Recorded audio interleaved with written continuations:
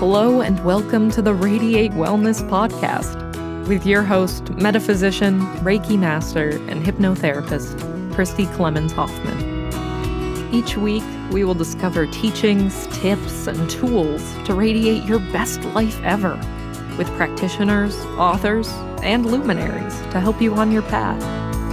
Wellness, joy, peace, abundance. What do you want to radiate? Hello and welcome back to the Radiate Wellness Podcast. Today we radiate balance with Jessica Newell, who is the archivist at the Edgar Cayce Foundation, which is, I have to say, that's my dream job. Hello, Jessica. Thank you for joining me today. Thank you so much for having me. So I know enough about Edgar Cayce to make me dangerous.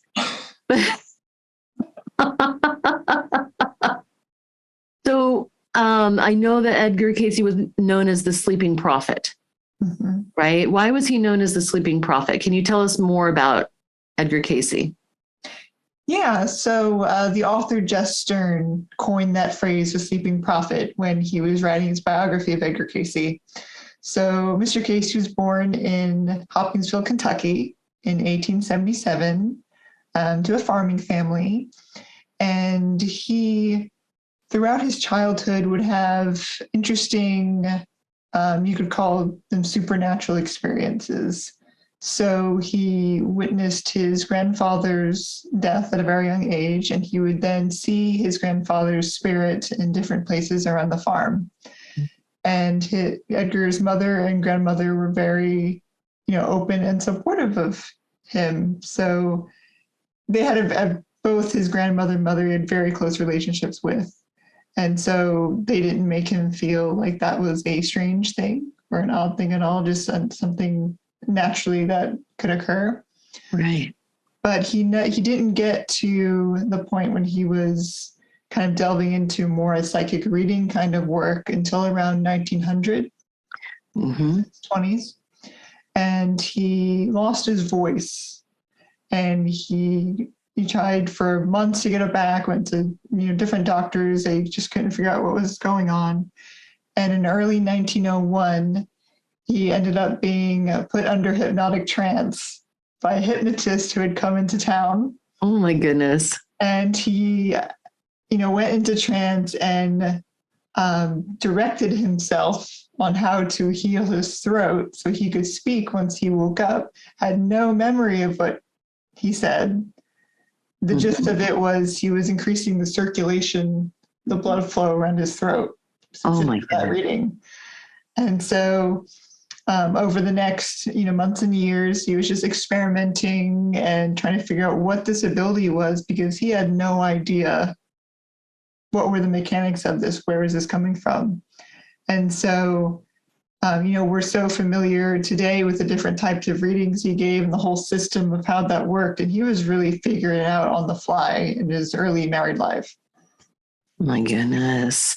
And so, yes, he would go into trance, deep trance, to do these readings, which is a bit different than, I'm a psychic medium as well, and I work with clients, and different than like a traditional reading. I never go into trance for this, but that's how he worked. That's interesting. But, and how many sessions did he do like this? All of his sessions were like this. So for the most part, he would try to stick to 2 a day, 1 in the morning, 1 in the afternoon.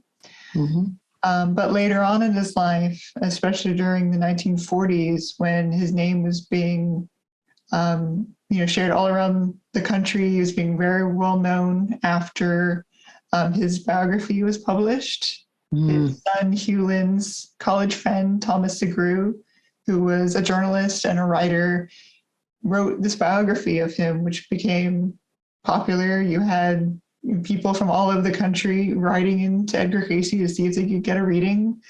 He was also mentioned in an article in Coronet magazine, 1943. So at one point, he was giving more than 14 readings a day, up from 2. Wow. Oh my gosh. Yeah. And that the theory among his family and his business associates and everyone was that great number of readings, the stress and anxiety that came from that whole period, that did contribute to his death in 1945. Okay. What did he pass of? He had a stroke in September of 1944, and then he just had a slow decline until he passed in January of 45. Oh my goodness. Wow. I can't even imagine doing 14 readings like that in one day. Yeah, I could. It just took so much energy out of him just to do, 2 readings a day usually. So I can, the amount of effort that would have taken. It's incredible. Plus the time to go into trance and out of trance. I'm also a hypnotist. And so I know that it can take a while to get of course, when he's so used to it, he would go pretty quickly. My goodness, that would take a lot out of you. And how many readings did he do total? So in the archive, we have 14,308, but those are not the entirety of the collection. Because there are readings, they were given but never recorded. He had 2 fires in his photography studios, so that was his profession before he switched to full-time reading. And so, like anything else in history, all of the records don't make it, but we have an incredible collection of things that did. So we're probably one of the most well-known archival collections for psychics, because it's just so rare to have this wealth of information that we do have. That is extremely rare. How did he, I don't know, he didn't do, recordings, digital recordings, but, or, any type of recordings, but how did he, how were these readings known? Was somebody just transcribing them? Yeah. So the system was, so he would lay down to go into trance. His wife, Gertrude, would be what they called the conductor. So she would be leading him into the session. She would be asking him the questions during it. Then his secretary, Gladys Davis, who'd been working with them since 1923, she would sit next to the couch at her stenographer's table. She would write everything he said down in shorthand, in notebooks with pencil. And then she would go back and transcribe the whole thing, make a carbon copy. So her original transcription would go to the reading recipient, and then she would keep the carbon for the records, which is the vast majority of what we have. Right. Mm-hmm. So if he had a tough job, Gladys had an even longer job to transcribe 14 readings a day. She did. She was also handling all the correspondence. And once the organizations formed to study his work, she was also secretary for Board of Trustees. And she, before the full indexing of these readings, she would be the person to come to if you had a question, because she could remember who had what reading, what was the topic, that sort of thing. So she was the resource for knowledge on these readings for a very long time, until they were able to get the resources and the people together to actually do topical indexing. So without Gladys Davis, we would not have the archive that we do today. Absolutely. When was this indexing done then? They started in the late 40s, and it wasn't complete until 1971. I'm sure. Yeah, the team of staff working on it too. Oh, absolutely. Right. Because each reading would have several topics in it. So you had to go through very carefully and index. Oh my goodness. Oh my goodness. So how did Cayce select those people he would do readings for? I'm sure he was inundated after those articles came out. Oh yeah. I mean, he would mostly first come, first serve kind of thing. Okay. We've got anecdotes from that time in the mid 40s of having just sacks and sacks of mail in the Cayce house. So the post office would just stop doing the daily deliveries and they would have to go and get it themselves. And Edgar would feel the energies, the vibrations. Yeah, of the people writing to him. So sometimes it would be a matter of, oh, he just found this letter that he just really, really needed to answer. And it was interesting because he would do that while also Gladys and her staff were trying to create the system to try to handle all of this. So it would be constantly reminding him, so Edgar, we're going to handle first inquiries. You take care of the correspondence with people that you've already been helping, and we'll try to make more of an organized effort here. But a lot of times that system would just break down. It'd just be him, choosing what he felt truly needed to be answered at that time. Sure. Well, I'm sure that, these people's guides, Edgar's guides would be, intervening. No, this is one you really need to respond to. And this is not such an urgent matter. But so, yeah, he would be the ultimate guide to know who to respond to. Mm-hmm. How long did each reading take? It was a variety of times. So it could be 10 minutes. It could be up to 30. There was no set time period that they would occur. And it was just, how much information was needing to be given from what I can see from reading them. Sure. And when he was doing up to 14 a day, would he go into trance once and do several readings for different people, or would he go into trance and do one person's request and then go into trance again for another person? He would repeat that process. Wow. Again. Mm-hmm. Wow. Now, did he ever talk about where the information was coming from? Yeah, so he wrote several lectures on his work, and he would give them in Norfolk, in Washington, D.C., in different places along the East Coast. And he did one explaining what happened during a reading. And so he describes going through in his mind's eye several layers, so sort of like planes. Yes. Get to right. What he would describe as a hall of records. And it was interesting. Also, he gave a reading on, what was the hall of records exactly.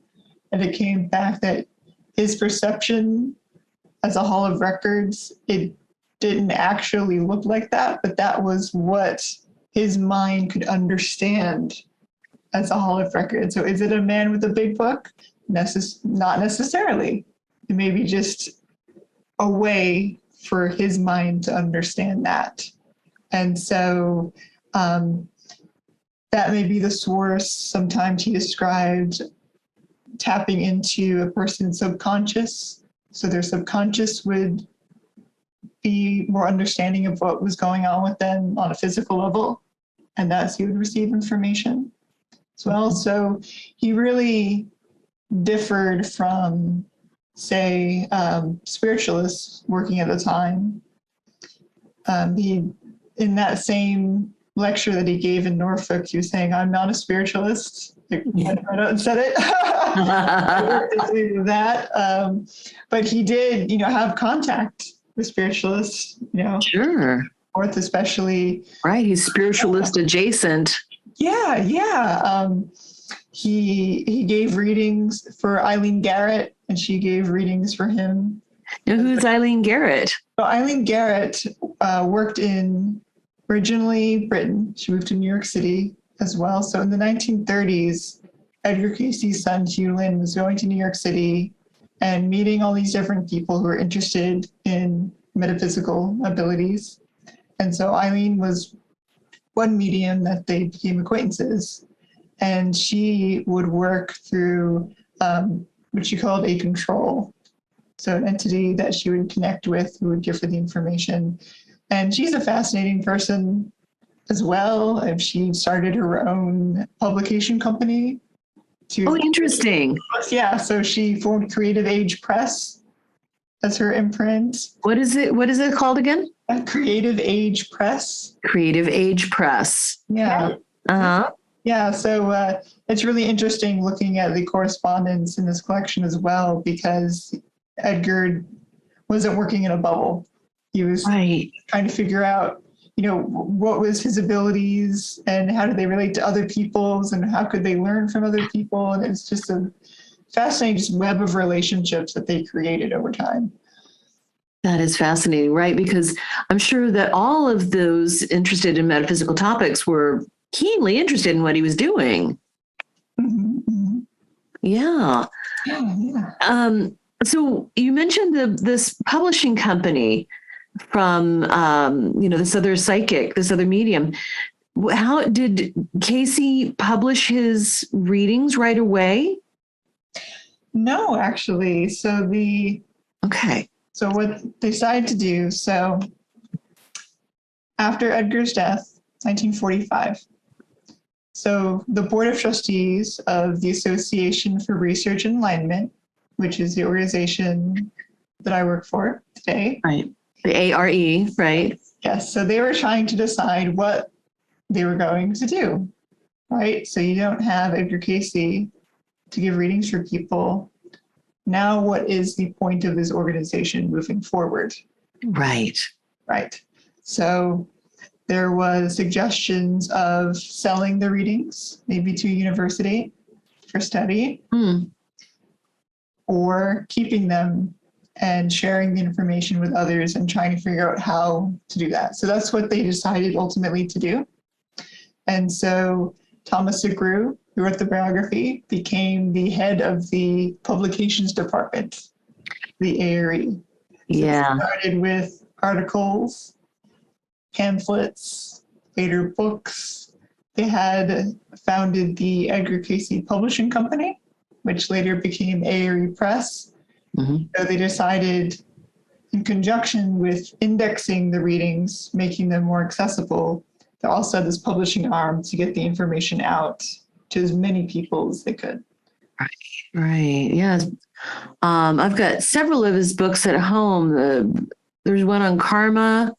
There's one on healing, which I'm reading now, and then one on Jesus. Mm-hmm. Mm-hmm. Okay. So they started to realize what they had early on. Yeah, they definitely concentrated on creating this ecosystem of speakers and writers, people on staff or volunteering. And so they, as time went on, people from all different walks of life attracted to certain topics or ideas in the readings would come and kind of find their niche. Mm-hmm. And, be able to speak about these concepts, to write books, and just this whole community kind of built in the decades, after the 40s. Right. At the time, there was also a type of hospital. Yeah. So Edgar's dream was to create a hospital so that people who received readings from him would be able to get the treatment recommended in those readings, because a lot of times it depended on that person's doctor, whether they were, be amenable to following these recommendations or not. And so in September of 1925, Edgar Cayce, his wife, Gertrude, two sons, Hugh Lynn, Edgar Evans, and Gladys Davis, the secretary, they moved to Virginia Beach. And they were able to receive some financial support to build a hospital here on what is now 67th Street. So it's a 3-story building on the top of the sand dunes here. And it was both a hospital, they had a lecture hall and a library, just a hub for his work. And so if you could, see the scene in 1928 when the hospital was completed, Virginia Beach was still a tiny little fishing village. Oh, okay. So you could see nothing but sand dunes, a hospital, and then down the beach a little ways, the Cavalier Hotel. which had been finished in 1927, a huge Art Deco brick structure, and then the little tiny town of Virginia Beach. Right. Oh my gosh. So kind of out in the middle of nowhere. Yeah. It was out in the middle, what seemed like the middle of nowhere. Mm-hmm. You've also got, the rail line going into Norfolk, largest naval bases in the country. Oh, right. And you also, at that time in the 1920s, you've got interested business people from the East Coast, especially New York City, looking how can we form Virginia Beach into a similar resort like Atlantic City, like Newport, Rhode Island. So you had a lot of business interests that were kind of eyeing that area. So it turned out to be a very good location, to start a hospital, attract people not only by the readings and the treatments, but the atmosphere of being on that beachfront property, with the healthful sea air, all that, just that tradition of, going to certain climates for healing. So you're tapping into that tradition that is already in place here. Right. Yes, that's true. And what happened with the hospital? It lasted only about 2 years. So then the depression hit and also financial backing, and it closed. And Edgar that was a really, really hard time for him. I'm sure. Yeah, he really questioned what his future with this work would be. Continue all of that. And it was, the people around him that came together, the people in Norfolk that had joined in this work and formed study groups to study some of the information, the readings, all the spiritual growth concepts, that kind of thing. Absolutely. And so Gladys Davis actually wrote a letter to all of their membership, right? In the Association of National Investigators, which had run the hospital. This is pre-ARE. So she wrote to everyone in the membership saying, if you still believe in this, please write us back so that Edgar will know. She had a huge meeting at the Cayce house, had about 70 people show up, completely filling the downstairs out into the front lawn. And that was when they all decided as a collective that they would keep going. And that's how the ARE came about. Did you know that Radiate Wellness is more than just a podcast? That's right. We're also a comprehensive, holistic wellness practice. Find out about our services, practitioners, and upcoming events at radiatewellnesscommunity.com. While you're there, visit our podcast page to read more about our great guests and even donate to the podcast. If you like our podcast, you can help in other ways as well, like subscribe or follow us wherever you're listening right now. Tell a friend, a family member, or a coworker about the great content you find here. And if you wouldn't mind, please give us a thumbs up, a 5-star rating, or a positive review. Sounds like a small thing, but it really helps. You might like to know about our Facebook communities while we're at it. We have a free community, the Radiate Wellness Community, on Facebook for news and great free content. Our subscribers group is Radiate U, as in the letter U, but also, you. There you'll find curated replays of past classes, guest interviews, and more. And now, back to our podcast and back to our guest. Oh, yes. Well, how could you get into this information, read about it, know all the results, and not believe it and want it to continue? Mm-hmm. Yeah. And now there is something of there's still a treatment center out there in Virginia Beach. Yeah, so we have a spa here and a massage school. So the Casey Riley School of Massage. And so people can come to Virginia Beach, to our campus, and be able to receive different spot treatments that are based on that information in the readings. And it's housed in that original Cayce Hospital building, which is really cool. That's very exciting. So I wanted to ask too, he did so many readings, way more than 14,000. Were they mostly geared toward healing, or what were some of the other topics that were covered? Yeah, so the vast majority are for healing, various kinds. Mm-hmm. Would also do what he termed life readings. So giving information about people's past lives. Yes. A lot of times he wouldn't give them all of their past lives, but just the ones that were specifically pertinent to the life that they were living right then. What would be helpful for them to know. Mm-hmm. So we started giving those in the early 1920s, and he really struggled with those. He was giving a reading for a man named Arthur Lammers, who was a financial supporter of him. And in the reading, just, a passing comment that Arthur Lammers had been a monk in a past life.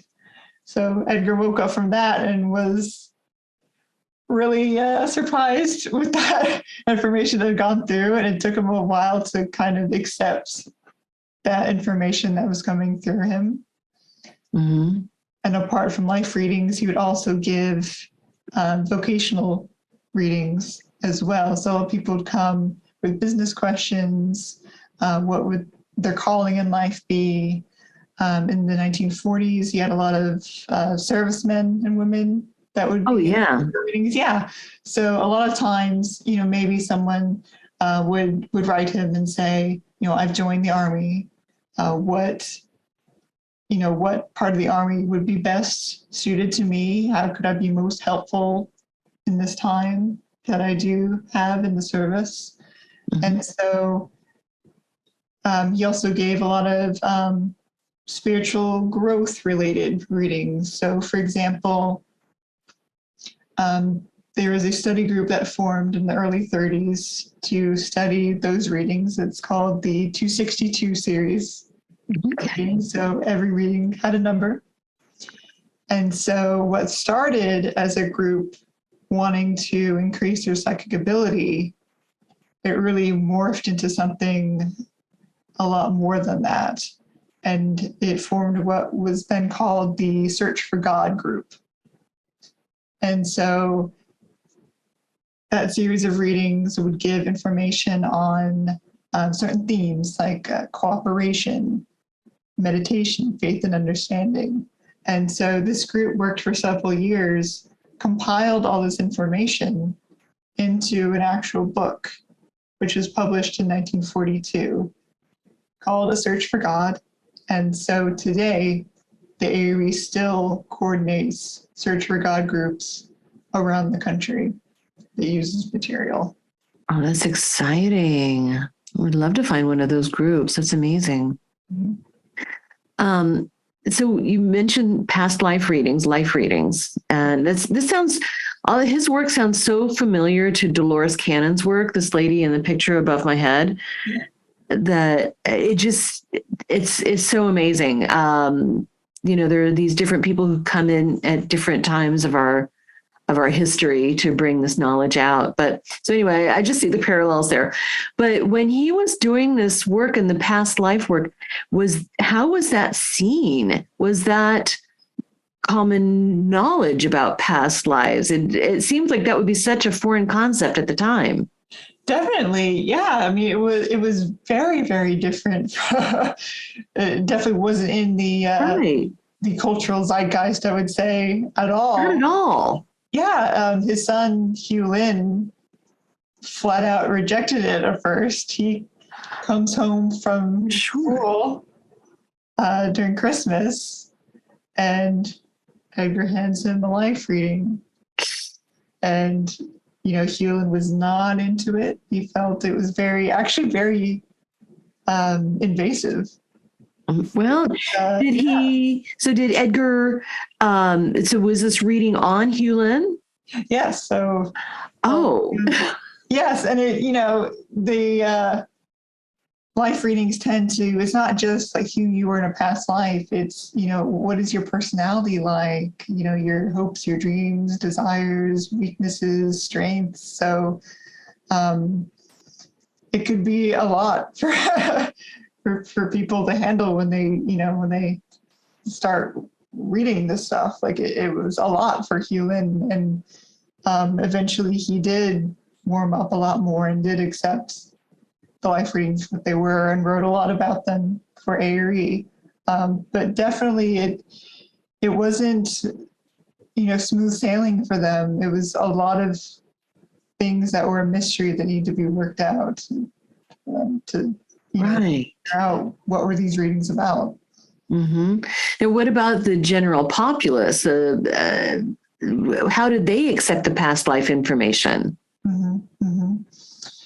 Yeah, I think it took a while. It definitely wasn't until 1950s, 60s, 70s where it really started to come into prominence. Right.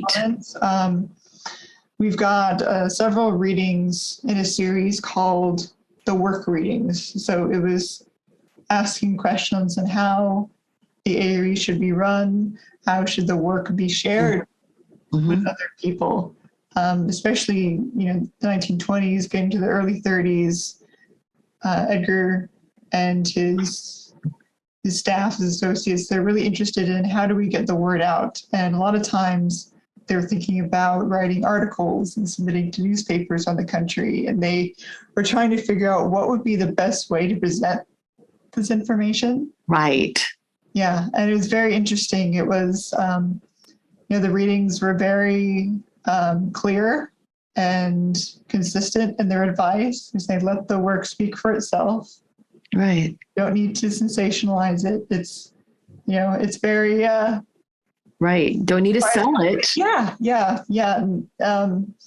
And the phrase that came up like time and time again was first to the individual, then to groups, to classes, and to the masses. So it was create this connection with the individual.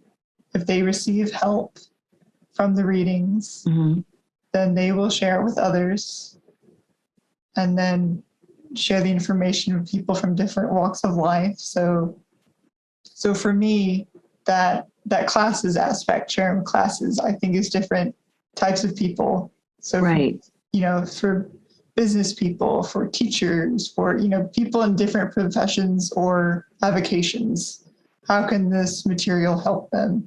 And then to the masses, to people on a greater scale. Right. So it's very interesting to read that series and just see that guidance, how that developed over time. Right. I think this is wonderful. You had mentioned the Hall of Records that he said that he would often get information from. Is that the same as the Akashic Records? I think so. That's what it sounds like. Yeah, that's what it sounds like to me. Right. Because I know the Akashic Records looks a certain way to me, but then it looks other ways to other people. And I asked about that, and I got the same information that you're saying, that it shows up for how it makes sense to that person. And I find that so fascinating. Isn't it though? Yeah. So fascinating. And I do Dolores's work, QHHT, and sometimes people will go to that Hall of Records, but the way they describe it is like, I know that's the Akashic Records. It's fascinating. So in all of his health readings, I'm reading the book on healing now, and some of the treatments sound a little different. What type of things did he recommend as treatments? Yeah, so a whole variety of things. So it could stem from you need more sleep, you need to go to an osteopath or a chiropractor, or it could be this very specific strange tincture of something or other that a certain pharmacy has. There's stories of him recommending this formulation, and the reading recipient goes to the pharmacy and they say, oh, we don't have it. we've never heard of this ever. Edgar would give a check reading on it, and he would say, oh, they do have it. It is on the third shelf from the top behind this other bottle that they just missed. And then they would go and they'd be able to find it where it was. No. Yeah, so very, detailed instructions like that. Oh my gosh. Yeah. That's awesome. Oh my gosh. Yeah. Well, I know that I picked up some rose water at some sort of natural store recommended by Edgar Cayce. Castor oil recommended by Edgar Cayce. Yeah, castor oil packs are really good readings. Yeah. Yeah, there were a lot of readings having to do with castor oil packs. That's interesting. Yeah. And some of these treatments are just varied. And have medical doctors gone back and confirmed his findings and the treatments? Mm-hmm. Yeah, so that was one of Gladys Davis's responsibilities, is that she would collect reports from people who would try out these remedies. Sure. You put them in the file with the reading itself. And also, we had in the 50s and 60s, through the Edgar Cayce Foundation, we would have research divisions. So there was a medical research division, chiropractic, osteopathic. And so physicians who were interested in the material would come to the foundation, work with Gladys, and be able to do their own experimentation with these remedies and see if they could, help their patients with this. Mm-hmm. And so, for example, doctors William and Gladys McGarry founded the ARE clinic out in Arizona, which was a direct result of them being interested in the Cayce material and becoming friends with Newell and Cayce. And then that working relationship just came from there. Oh my gosh. So these things have been confirmed, they've been followed up on, they've been researched. Mm-hmm. What kind of results have come out of Edgar Cayce's work? Yeah, I mean, a whole number of things. Like he definitely would say that, come and see if you can apply these remedies to yourself. If they work, great. If they don't, that's all right too. But I would say every person has a different result from this, and that there's just a whole variety of ways that people have been helped through these, and that they're still researching this today. Wow. It would be nice if if the medical community would teach from this, but I don't see that happening anytime soon. Mm-hmm. No. Now, do you think or know of anybody who's taking the mantle from Cayce? Anyone who's kind of taken this baton and stepping into being the next Edgar Cayce or doing this type of work?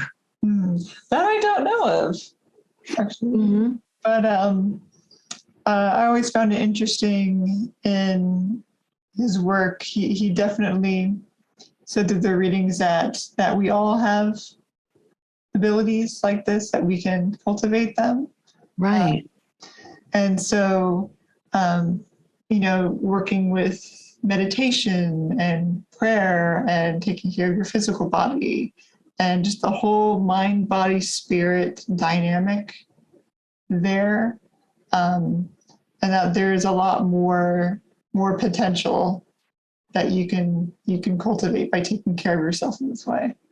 Right. This is just absolutely fascinating stuff. Tell me, what is the ARE up to these days? So we're still in Virginia Beach. And so we have not only the health center and spa here, we also have Atlantic University, which offers master's degrees in mindfulness, in transpersonal studies.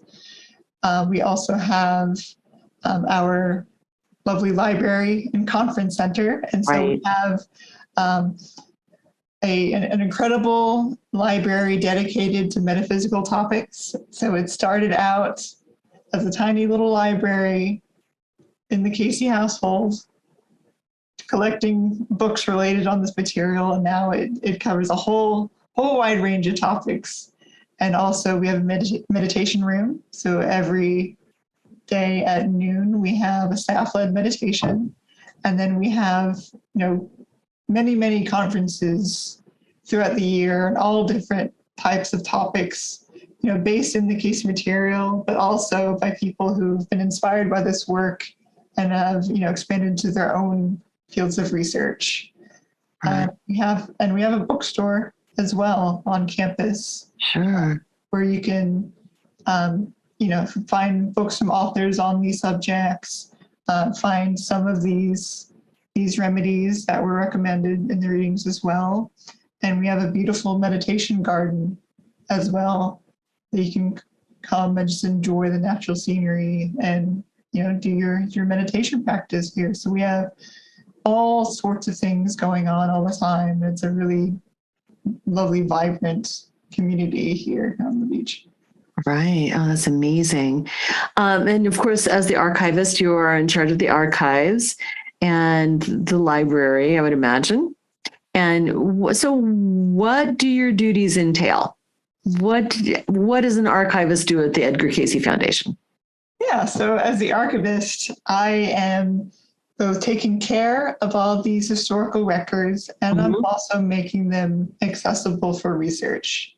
Right. So all in all, my job is collection management. So since 2018, I've been completely cataloging everything we have in the archive. We put in all new shelving, a fire suppression system, all of the environmental protections so that this material can last for generations to come. Mm-hmm. I also do research assistance. So anyone who's interested in coming can come to me and I will connect them with this material. We have a catalog online on edgarcaycefoundation.org. So as I'm organizing this material, I'm also adding to the finding aids on that website. Right. And also we do a lot of outreach. So I do conference presentations. I go into the community and, talk about what we have here and how it connects to, the history of the community around us. We're, an integral part of the history of Virginia Beach and Hampton Roads. And the more that we can share that with the community and be a resource for them as well, I really think that is pretty great as well. I'm so glad that work is continuing, even though Cayce's been long gone. And I'm just so grateful that there's a place like that and a foundation like this and an archivist who takes care of all of these records. It's very, very, very important. Thank you so much for talking with me today, Jessica. Is there anything that we haven't mentioned, haven't brought up about Cayce's work that you think is important?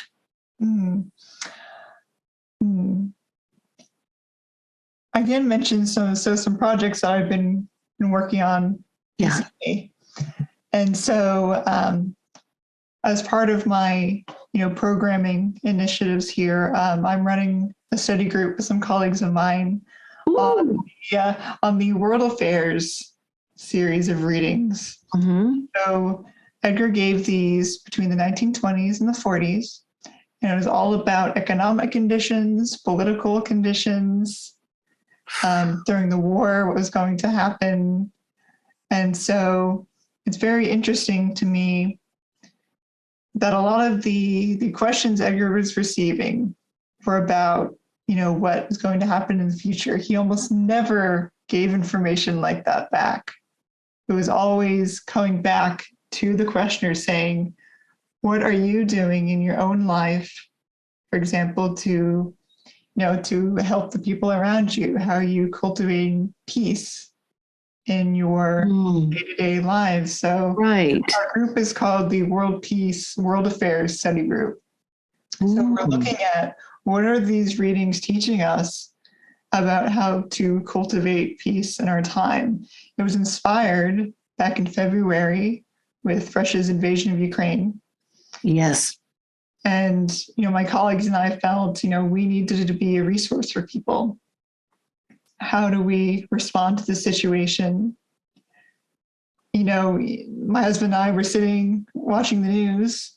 We want to be of help at some point. We're not living in Poland. We can't go to the border and offer aid like that. What is within our power to help, be it being more of related in charitable causes, or even just how do we pray for the situation? Sure. How can we so conduct ourselves in daily life that we're cultivating peace, which then can spread out into the wider world. So that has been a very, very wonderful experience. And I found it very, very just hopeful. And our members in that group are incredible. And we have such amazing conversations. And it's a free group to join. So anyone in the world can join us. So it's online? It is. It is online every Thursday at 11 a.m. Eastern time. Eastern time. Uh-huh. It's an hour long. And so we start with a brief centering meditation. Mm-hmm. We study the reading that we're on for that week. And then we close with a session of prayer. Oh my gosh. Where can we find out information about that? So you can email me. Mm-hmm. So we'll put your email address in the comments or in the description. Yeah.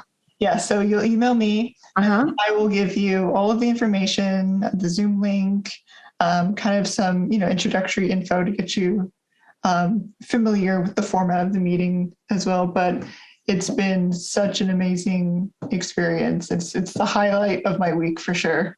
Oh, I'll bet. Well, go ahead and give us the email address and we'll make sure and put it in the description. Okay. That email address is? Yeah. The email address is ecf@edgarcayce.org. And that's ECF as in Edgar Cayce Foundation. Yes. Wonderful. Okay, we'll make sure and put that in the show notes. Thank you so much. This is amazing. And the website in general is edgarcayce.org. It is. That will bring you to the Association for Research and Enlightenment. Yes. If you'd like to specifically see more about the archive collection. Yes. We are edgarcaycefoundation.org. Wonderful. EdgarCayceFoundation.org. I'm pulling it up right now.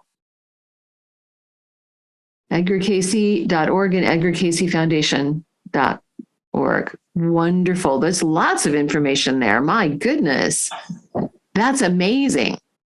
Wow. This is like an academic foundation, archive. That's a wonderful resource.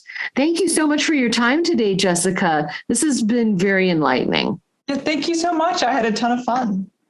Me too. I can't wait to join the study group. That'll be fun. And thank you so much.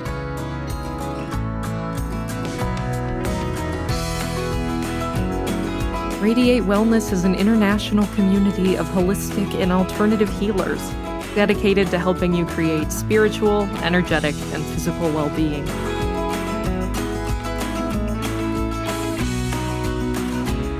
To learn more about our practitioners, services, classes, and events, or to schedule an appointment, visit us at radiatewellnesscommunity.com.